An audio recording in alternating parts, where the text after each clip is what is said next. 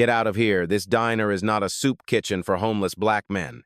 The words landed heavy, cutting across the clatter of silverware and low morning chatter. Heads turned. Coffee cups froze halfway to lips. The man sitting at the corner booth did not flinch. He wore a faded olive jacket, the American flag patch dull from years of sun and sand.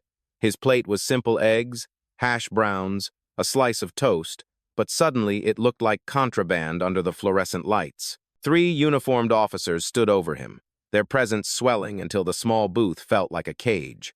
One leaned in, eyes sharp, daring him to answer. Before we continue, where are you watching from? Drop your city or country in the comments below. And if you believe in dignity and justice, hit like and subscribe. These stories spark change. And we are glad you are here. Now, back to Harris. He raised his fork, not his voice. The diner's hum collapsed into silence. Every pair of eyes was on him, some curious, some disgusted, a few quietly afraid. The first officer smirked, tapping his holster like punctuation. You think you belong here? Pay up or walk out. The man finally set down his fork, folding his hands calmly on the formica table. His gaze did not rise to meet theirs. Instead, he spoke softly, as though the air itself carried weight. I already paid. The second officer slammed a palm against the table. Coffee rippled. Silverware clinked. Do not get smart with us. Show identification, now. His tone was not procedural. It was possession, as though the badge on his chest gave him claim over the man's body, his meal, his existence. Around them, whispers stirred. A waitress froze with a tray in her hands, torn between duty and fear. At the counter, a young Latino man slid his phone out slowly, the red light of recording blinking faintly beneath his sleeve. The third officer yanked the booth seat hard, dragging the man a few inches toward the aisle. Move! Trash! You do not get to sit here like a paying customer. The insult cracked louder than the vinyl tearing beneath his grip. But still, the man did not resist.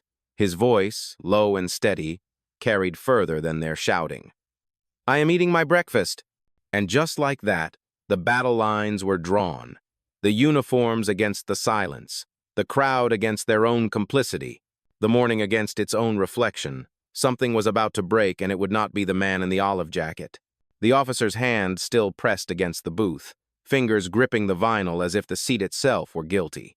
His partner leaned closer, voice low but sharp enough to slice through the air. You are not fooling anyone. Men like you do not have breakfast here. You sleep under bridges. You do not sit with citizens. And the diner grew tighter, every breath from the patrons caught in a knot of silence. A woman with a stroller shifted uneasily, pulling her child closer. 2 college students near the jukebox exchanged a look, whispering, their eyes darting between the officers and the man in the olive jacket. The weight of the room had shifted. No one cared about pancakes or coffee anymore. The man finally lifted his gaze. His eyes did not flare with anger. They carried something heavier, something the uniforms could not name. His voice was even. I told you. I paid. Check with the cashier. But the words only seemed to fan the fire. The second officer barked, You think respect is bought with a $5 plate? You do not belong here. Not dressed like that. Not looking like that.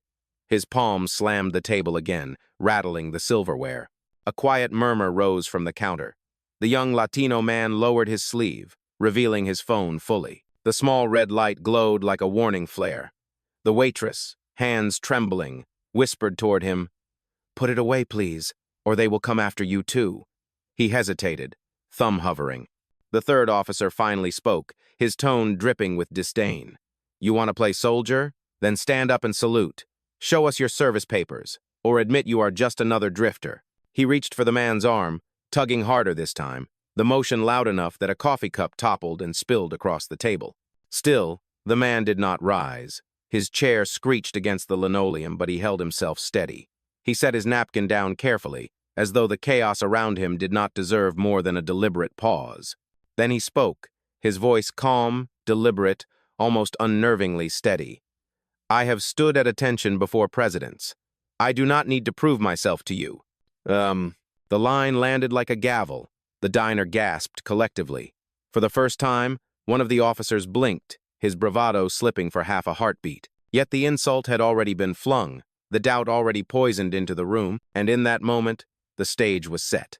The officers saw only a homeless man refusing orders. The crowd saw a quiet dignity pressed against a wall of badges. But beneath that calm voice, beneath the weathered flag patch stitched on his shoulder, something far larger was waiting to surface. The second officer's jaw tightened. His hand moved toward the man's plate, dragging it across the table with a sneer. Scrambled eggs slid onto the linoleum, the smell of butter and pepper clinging to the air. "This is over," he said, his tone heavy with contempt. "You will walk out now, or you will be dragged out." The man did not move.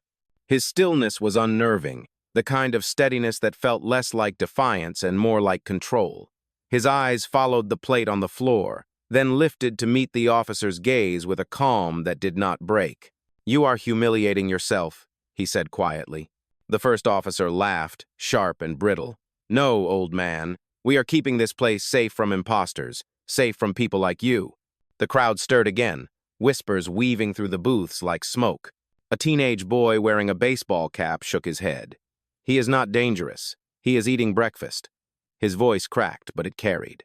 His mother hushed him quickly, eyes darting toward the officers. The waitress finally set down her tray, her knuckles white around the order pad. She leaned closer to the counter, her voice barely audible. "I served him.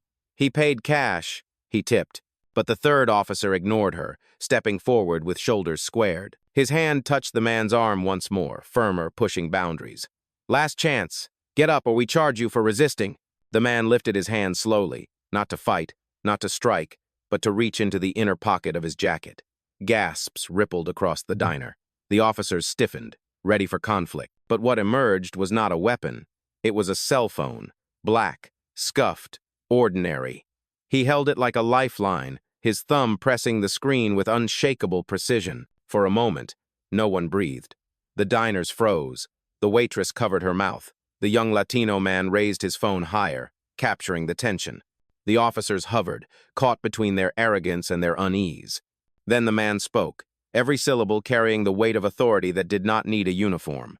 "Colonel Harris," he said into the receiver. "Verification code, Delta 74. The diner's silence shattered into stunned disbelief. Patrons stared. A fork clattered to the floor. The officers exchanged uneasy glances, their confidence beginning to fracture. And for the first time since the confrontation began, the balance of power shifted. The homeless veteran was no longer just a man in a booth. He had just placed a call that none of them were prepared to answer. The receiver crackled, faint but clear enough for every corner of the diner to hear. A clipped voice answered, steady and official. "Colonel Harris, authentication confirmed. State your request." The words hung in the air like thunder. The officers froze. The first officer's smirk faltered, his jaw opening, then snapping shut as though speech had betrayed him. The second officer's hand, still resting on the back of the booth, trembled. Even the third officer, the one who had dragged the seat, shifted his weight uneasily. The man in the olive jacket did not raise his tone. He did not need to. "I am at a diner on Route 47. 3 officers are detaining me without cause. They are escalating. Begin the review." The line answered without hesitation. "Copy that, Colonel. Internal Affairs is being notified. Hold your position." The diner erupted in a murmur. Forks scraped. Coffee cups clinked nervously against saucers. A gray-haired truck driver at the counter muttered, "Did he just say Internal Affairs?" His voice cracked with disbelief. The young Latino man recording whispered into his phone, almost narrating for the unseen viewers. "They thought he was homeless. He is military. He just called command." His eyes shone, equal parts fear and awe. The first officer finally snapped back into sound, his voice louder than before but less certain. "Stop playing games. You are not talking to anyone. That is a bluff." He reached for the phone. The veteran's hand rose with quiet steel, halting him mid-motion. "Touch me again, and your badge will be history before sunrise." It was not shouted. It was not a threat. It was a verdict delivered in calm tones. The waitress gasped softly, one hand pressed to her chest. The second officer barked, trying to reclaim ground. "This is nonsense! You expect us to believe a drifter can make a call like that?" The man's gaze met his, unwavering. "You do not have to believe. You only have to wait." A silence followed, heavier than before. The officer's authority was no longer absolute. It wavered in the fluorescent lights, exposed under the weight of a truth they had not anticipated. And then, The voice on the line returned, colder now. "Colonel, this is command. The officers in your vicinity are being flagged. Their badges will be suspended pending investigation. Stay seated. Reinforcements are en route." The crowd erupted in gasps, some hands clapping instinctively, others covering mouths in shock.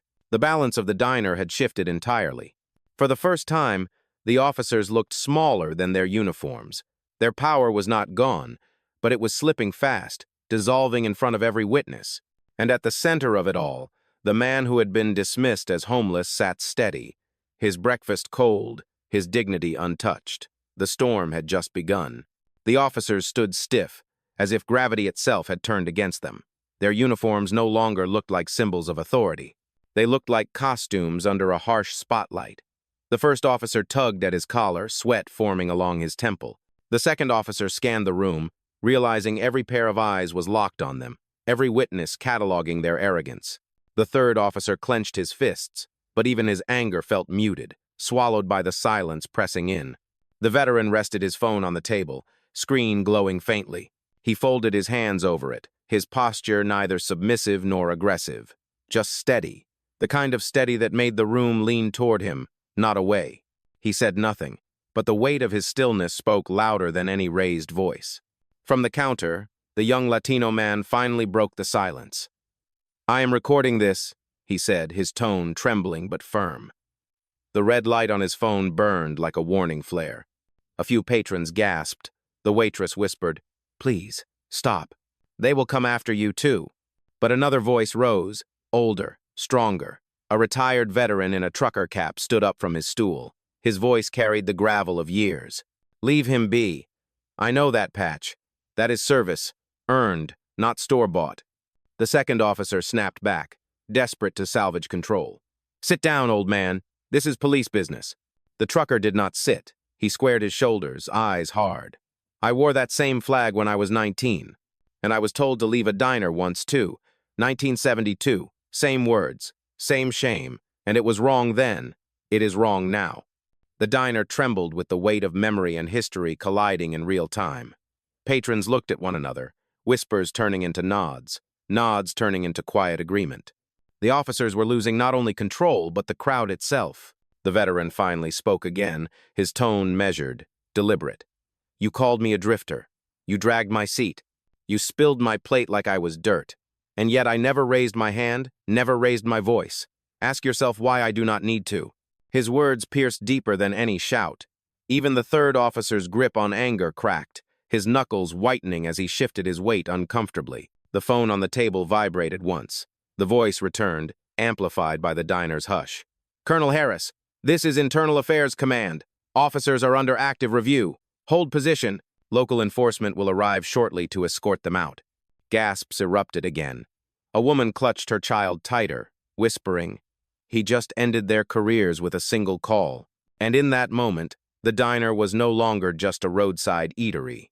It was a courtroom. It was a battlefield. It was the stage where arrogance collapsed and dignity stood tall. The tide had turned, and every soul in that room knew they were witnessing the unraveling of power in real time. The silence inside the diner felt like a held breath, every second stretching longer than the last. The officers tried to reclaim their posture, but their movements betrayed them. The first officer adjusted his belt twice, his hands restless. The second officer's lips pressed into a thin line, his eyes darting nervously toward the door as if escape might still be possible. The third officer's jaw locked, but his shoulders slumped beneath the invisible weight of exposure. The veteran remained calm, his phone resting on the table, his hands folded lightly over it. He was no longer just a man in an olive jacket. He was gravity itself, anchoring the room, forcing everyone to confront the truth. His voice came low, measured, deliberate. "I fought in places where silence meant survival, but silence does not belong here. Not today." The trucker in the cap nodded slowly, his face lined with memory. "He is right," he said, voice rough but steady. "I saw this happen 50 years ago. I swore I would never see it again." A murmur ran through the room. At the counter, a college student lifted her voice, her words trembling but sharp. "You do not get to erase him. You do not get to treat him like less." She looked directly at the officers, her eyes burning with youthful defiance. The second officer barked back, his voice cracking under the strain. You people do not understand protocol. This is about security. The veteran lifted his gaze, fixing it on the officer with the weight of lived truth. No, this is about prejudice, dressed in uniform. You did not ask because you feared danger. You demanded because you assumed I did not belong. His words sliced clean through the room. The waitress leaned against the counter, her lips parting as if she might cry. She whispered, almost to herself, "He is right. He paid. He tipped. He did nothing wrong." The young Latino man with the recording finally raised his voice. Stronger now. You called him trash. You dragged his seat. You spilled his food. That is not security. That is humiliation. The third officer snapped, his anger bursting through the cracks. Turn that camera off But before he could finish, the phone on the table buzzed again. The line opened, and a new voice, colder and sharper, filled the diner. Colonel Harris, this is command oversight. We are dispatching federal observers. These officers are now suspended pending immediate inquiry. Do not leave the location. Stand by. The room erupted with gasps. A man near the door whispered, Federal observers? That means it is real. The officers' faces drained of color. Their authority, once absolute, was crumbling into ash right in front of their eyes. And the crowd, once silent and hesitant, was now leaning forward, watching justice unfold in real time. The veteran exhaled slowly, his calm intact. You see, he said softly, you thought I was invisible, but the truth always answers louder than prejudice. And the diner, once filled with casual chatter and the smell of fried eggs, now felt like the stage of a reckoning that could not be stopped. The third officer's fists tightened at his sides. His pride was unraveling, and anger became the only weapon he had left. He leaned closer, his shadow stretching across the booth. Enough of this performance. You are just a man in a jacket pretending to be more. We will end this right now. His voice shook, not with strength, but with desperation. The veteran did not move. His stillness was sharper than any outburst. He placed his hands flat on the table, his fingers spread wide, his gaze steady. You already ended it, he replied. His tone was quiet, almost gentle, but it carried through the diner like a bell-tolling judgment. The first officer tried to step in, his voice faltering as he looked at the crowd. Everyone here should know this is a fraud. He is no colonel. He is manipulating you. But no one nodded. No one looked convinced. The silence from the patrons spoke louder than his accusation. Then came the breaking point. The waitress, who had been frozen in fear, finally found her voice. She stepped forward, her apron trembling against her knees. I served him. I watched him pay in cash. I gave him his change. You called him trash, but he respected this place more than you did. Her voice cracked, but she did not back down. The second officer's face flushed red. He snapped at her. Stay out of this, or you will regret it. But before the threat could settle, the young Latino man raised his phone higher. His voice rang out, clear and unshaken. We all heard you. Every word. You called him trash. You dragged his seat. You spilled his food. That is not policing. That is hate. The trucker in the cap slammed his palm on the counter, startling everyone. Enough. He is a veteran. He is a man who served this country, and you are humiliating him for eating breakfast. If you think that is law, then you do not know justice. The officers looked around, their authority bleeding out with every word spoken against them. What had begun as control was now a trial, and every voice in the diner was a witness. The phone on the table buzzed again. A voice spoke with cold finality. Colonel Harris, the Federal Review Team has confirmed your status. The 3 officers in your vicinity are flagged for immediate suspension. Do not engage further. Stand by for removal. Gasps rippled through the room. The mother with the stroller held her child closer, whispering, It is over for them. The veteran finally lifted his phone, looking each officer in the eye. You wanted me gone. You tried to erase me. But now it is your badges that will be erased. The diner erupted in quiet applause, not loud but steady, like the rhythm of justice tapping its way into the walls. The officers stood exposed, and for the first time, they realized there was no place left to hide. The applause inside the diner did not roar. It rose like a slow tide, steady and unrelenting, carrying the weight of every insult and every silence that had led to this moment. The officers stood still, but the room had already judged them. Their power was gone, stripped not by violence, but by the truth revealed in plain sight. The first officer tried to regain ground, his voice desperate. "This is not final. We will appeal. We will clear our names." His words lacked conviction. Even he seemed to hear how hollow they sounded. The veteran lifted his phone once more, his hand unwavering. "You can appeal to whoever you want, but the truth is already written, and it does not belong to you." The trucker in the cap crossed his arms, his presence like a wall. "I saw what happened. I will testify to every word. This man did not raise his voice. He did not raise a hand. You did all of this yourselves." The second officer barked, his voice cracking under pressure. "This is all a show. People like him always play the victim." The words struck the crowd like a spark against dry wood. The young Latino man shouted back, his phone still recording. "He did not play anything. He sat here and ate his breakfast. You are the ones who turned it into a circus." His voice shook, but the strength in it could not be denied. The waitress stepped closer to the booth, her face pale but determined. "You dragged him, you spilled his food, you threatened him. I will not forget it. None of us will." Her words were not loud, but they cut sharper than any scream. The third officer stepped back, his facade cracking. For the first time, he looked less like an enforcer and more like a man drowning in the consequences of his own arrogance. The veteran's phone vibrated again.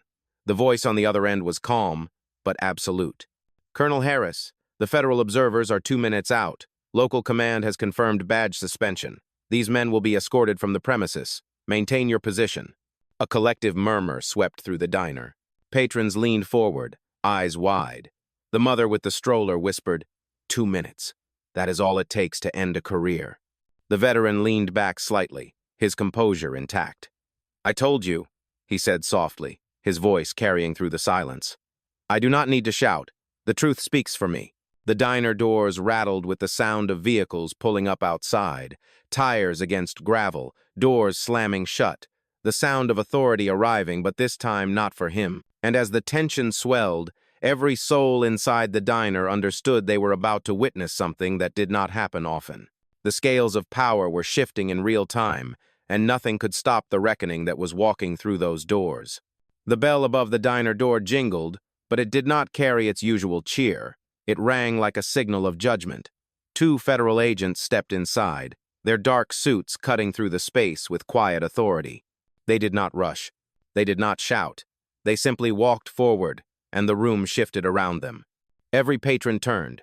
Conversation stopped. Forks hovered midair. The officers who had once filled the diner with intimidation now looked smaller than the chairs they stood beside. The first officer instinctively reached for his badge, as though holding it could shield him. The second officer stiffened, his jaw twitching. The third officer's hands curled into fists, but his eyes betrayed panic. One agent spoke, his voice low and even. "Colonel Harris, we have received your report. Verification complete. Please remain seated." He turned then, fixing his gaze on the 3 officers. "You are suspended effective immediately. Remove your badges and service weapons. Now." The silence that followed was heavier than the air before a storm. The officers froze, their defiance cracking under the weight of the command. The second officer sputtered first. "This is not procedure. You cannot do this without—" The agent cut him off with a single sentence. "We already have." The crowd gasped. The waitress pressed a trembling hand to her lips. The young Latino man whispered to his phone, "They are really doing it. They are actually taking their badges."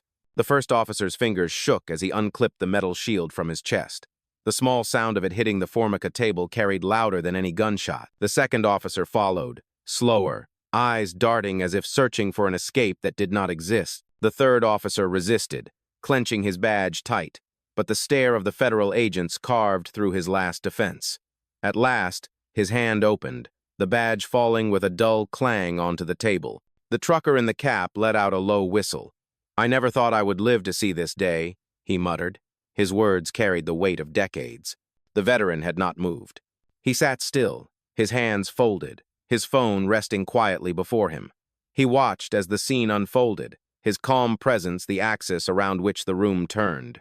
One agent stepped closer, addressing the veteran with respect. "Colonel, do you require further assistance?" His answer was steady, almost weary. "No, I require accountability, and today I have seen the beginning of it." The agent nodded, then turned back to the disgraced officers. You will be escorted out under investigation. Any further resistance will be noted in the report. The diner erupted in whispers, in gasps, in the sound of history being rewritten in the most ordinary of places. And as the officers stood stripped of power, the crowd realized they had not just witnessed a suspension, they had witnessed a reckoning.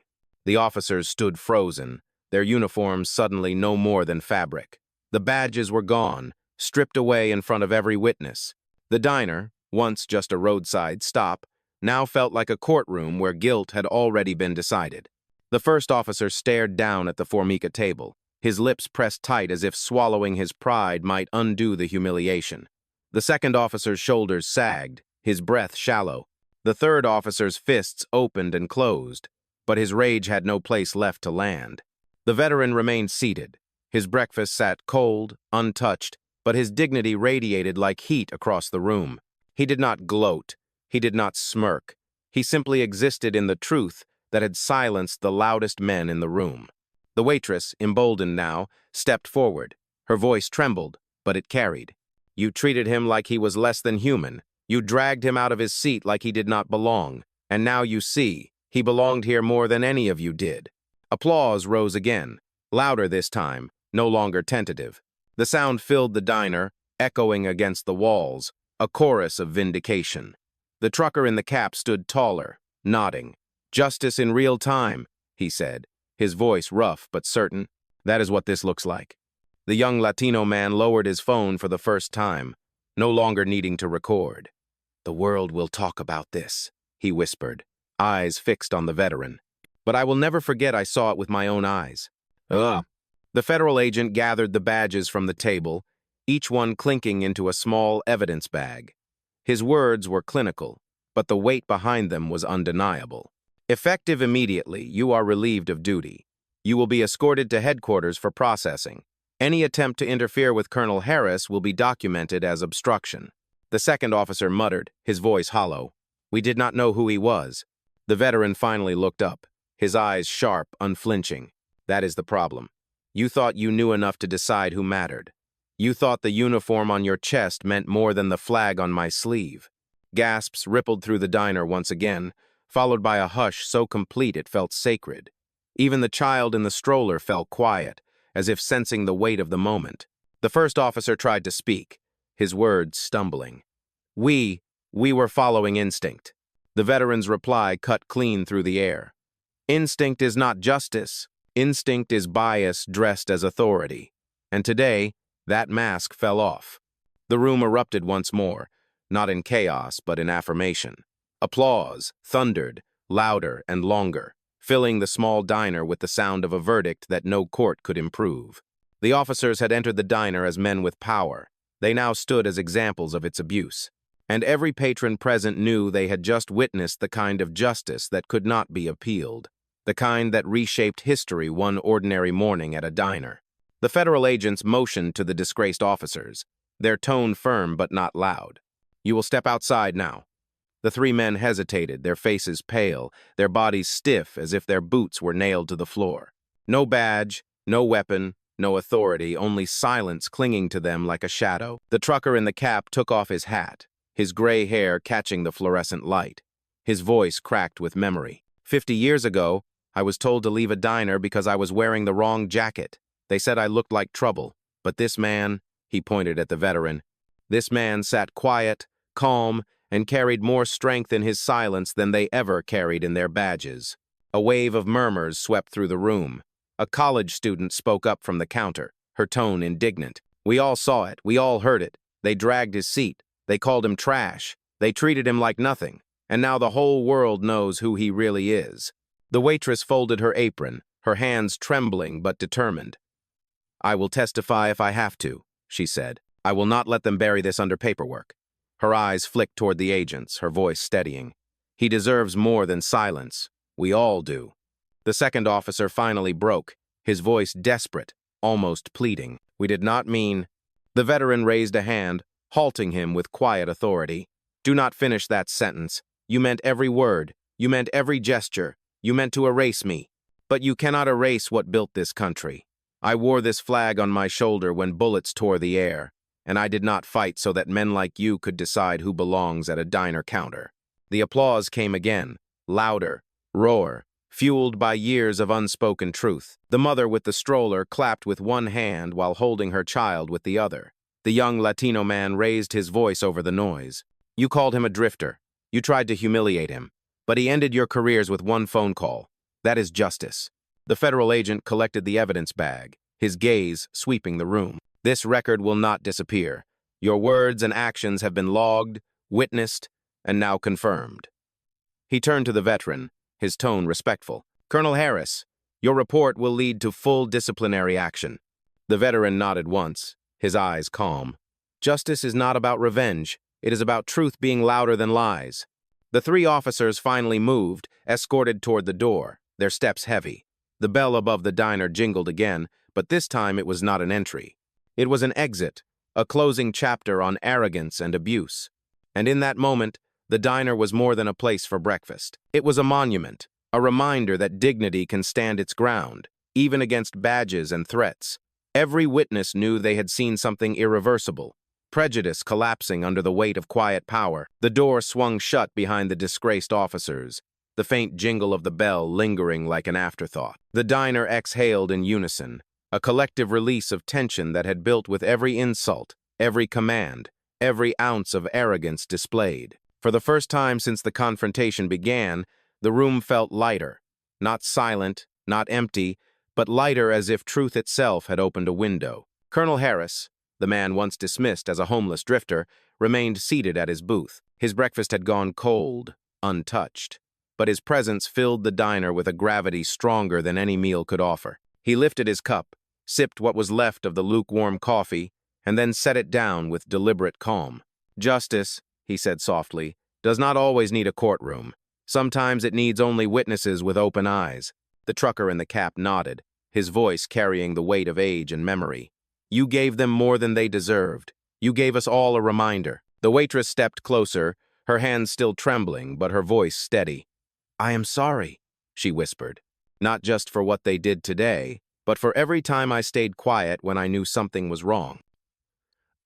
Harris met her gaze, his tone gentle but firm. Do not carry their shame, carry the truth forward. That is how change begins. The young Latino man finally lowered his phone. He did not need to record anymore. I thought a video would be the only way to make the world listen, he said. But you showed us that words, steady and calm, can be louder than any screen. A ripple of agreement passed through the diner. Applause rose one final time, not frantic, not forced, but unified. It was the sound of strangers becoming witnesses, and witnesses becoming believers. The federal agent stepped toward Harris with quiet respect. Colonel, would you like an escort? He shook his head. No, I walked in alone. I will walk out the same way. Dignity does not need an entourage. He reached into his pocket, placed enough cash on the table to cover the meal and more, and left the bills neatly stacked beside the cold plate. Then he stood, his frame steady, his eyes unbowed. He walked past every table, and no one looked away. They watched him as one might watch a flag rise at dawn. At the door, Harris paused. He turned back to the room, his voice calm, his words final. Remember this day. Do not mistake silence for weakness. Do not mistake patience for surrender. I did not need to shout, because the truth was always louder than their prejudice. With that, he stepped outside into the sunlight. The bell jingled one last time, not as an afterthought but as a benediction. The diner remained behind, transformed forever, its walls now echoing with a lesson. Justice does not always march in with sirens. Sometimes it sits quietly in a corner booth, waiting for the right moment to stand.